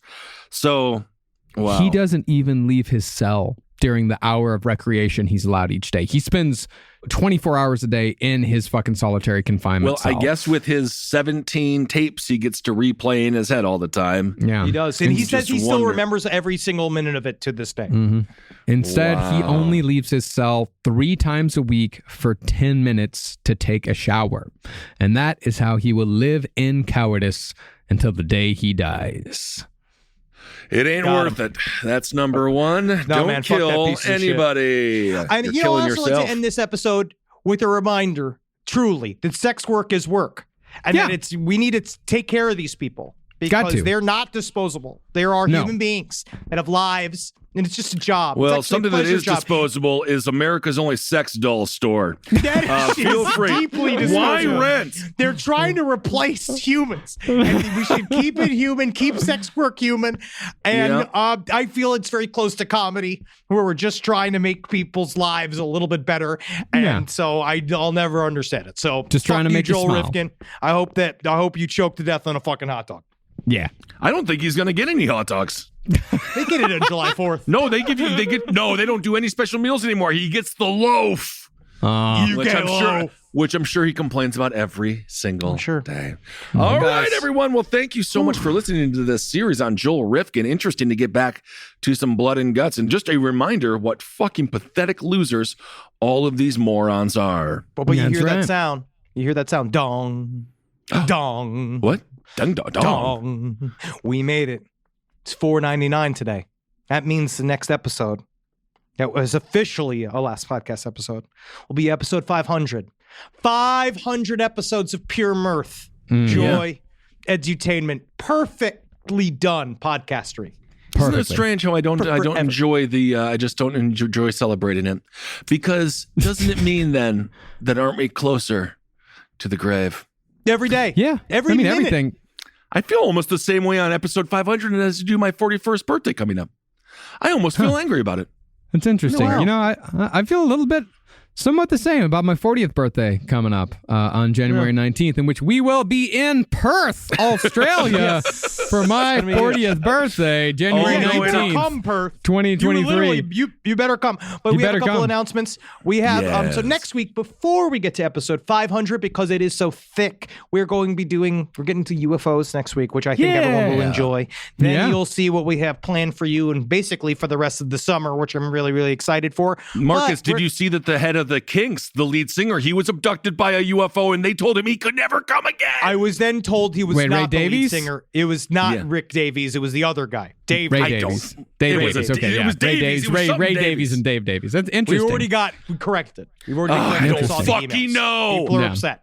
People are We're immediately actually discovering in the subject of the next No Dogs in Space series. Very much a UFO believer. Name checks Colin Wilson. She is somebody that we're not going to announce it just yet who we're covering, but Fuck that, eh? she's a wonderful woman. And yeah, surprisingly super into UFOs. Super into UFOs. All right, Yeah, fine. I love it. we're getting into it. And speaking of Australia, one thing I wanted to say about Australia and my 40th birthday, we're going to be ending in New Zealand, and I want to do a Lord of the Rings thing. Like I want to do a whole Lord of the Oh, yeah, Rings we're gonna thing. do a thing. Like I wanna want go to. do I'm doing it with I want you. to do. I want to do a Lord of the Rings. Oh hell yeah! So What does that mean? What is the Lord of the Rings thing? Well, all the movies were shot in New Zealand. I know, but so what you are can you do gonna like do for you can do tours. Like you can do tours of like here's the fields of Rohan, here's the black gates of Mordor, here's the Shire. And if any of you listeners out there, if you run a super cool tour that's not like, oh, here's the guy that you know made the fucking Hobbit butts. Like there's all these weird tours where Hey, you need a whole Hobbit bunch butts of. are incredibly complex. Our Absolutely buddy tiny, Manny but makes a difficult. lot of the Hobbit butts, and he actually it's actually pretty incredible. It's very difficult Yeah. to do. But yes, and of course, I missed your 30th birthday, so we're going to make it a tradition. Every 0 birthday, maybe I don't have to be there. How are you gonna not be there? We have a show. We have work that day. No, I We know, have- but I can't. you I will be can't. forced to be there. No, they're We just have going to make other fun of me. announcements. They're going to make fun of me for being a tree. That's what you get. But yes, That's but what yes, you I do. deserve. But if anybody out there like knows of anyone that runs like a super cool like 3 or 4 day, maybe 5 day like Lord of the Rings tour, 5 if you know day? one does it, I or want to do it. I'm you with can't you. just do it in a Sign me up, day. too. It's a country. It's a huge thing. It's a big All right. deal. So if you know of Okay, anyone sign that me does it, up. or if you do it, sidestorieslpotl@gmail.com. Get a hold of us because I want to start planning my Hobbit journey. I'll be there then. We're gonna do it. I do can't wait. Hobbits. I can't wait. Would you say like, we're gonna make a lot of, I'm going, like that one video that replaces all the sounds. Indeed, the fields of Rohan. But for those of you that will be at San Diego Comic-Con next week, we will be there as well. Come and check us out. We have signings, I believe, we have a panel Friday. Yes, Friday. I think that's 10:30 in the morning. I think it's 10:30 a.m., yeah. You're gonna love it. early, You're gonna love us at 10:30 in the morning, and then we have signings on Friday and Saturday. Come check it out. Come visit us at the booth. Can't fucking wait to be back at Comic-Con. It's gonna be fucking sweet. Yeah, we can't wait. Pre-order Last Comic Book on the Left issue 2 on z2comics.com. Issue 2, and we're getting. We just got in a script from James Tinian IV, who does Department of Truth, fucking Joker War, Nice House on the Lake. So many great horror comics. So we just got something in from him, and we got so many fucking amazing creators like Rick Veitch also working on this book. I'm gonna be doing something from this book. Henry's doing something for this book. Yeah, this second one is gonna be big. I'm gonna do something. I'm doing something for the third book. I'm gonna do something. What are you gonna do? I'm gonna do something. Yeah, baby. I can't wait. All right, everyone. Well, thank you so much for listening. Thanks for supporting all the shows. Also, thanks to all the great calls we've been getting on our Sirius radio show. That's every Monday. And it's always every Monday. So that's 4 p.m. PST and 7 p.m. EST. So feel free to call in there. Y'all have been great. It's been great to talk to you. And that's about it. And all right, hope everyone. That you gird your loins, because here comes Angina Man. Angina Man. That you're mortal.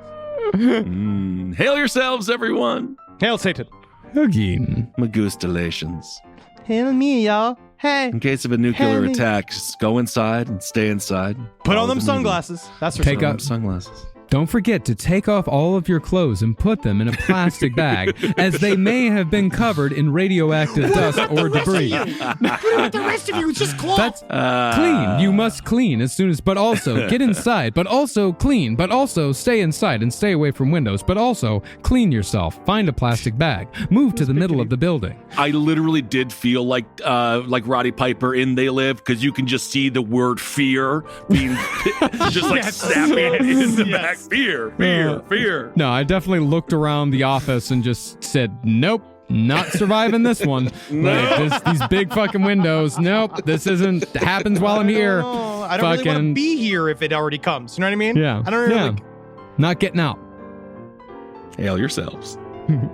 On a light note.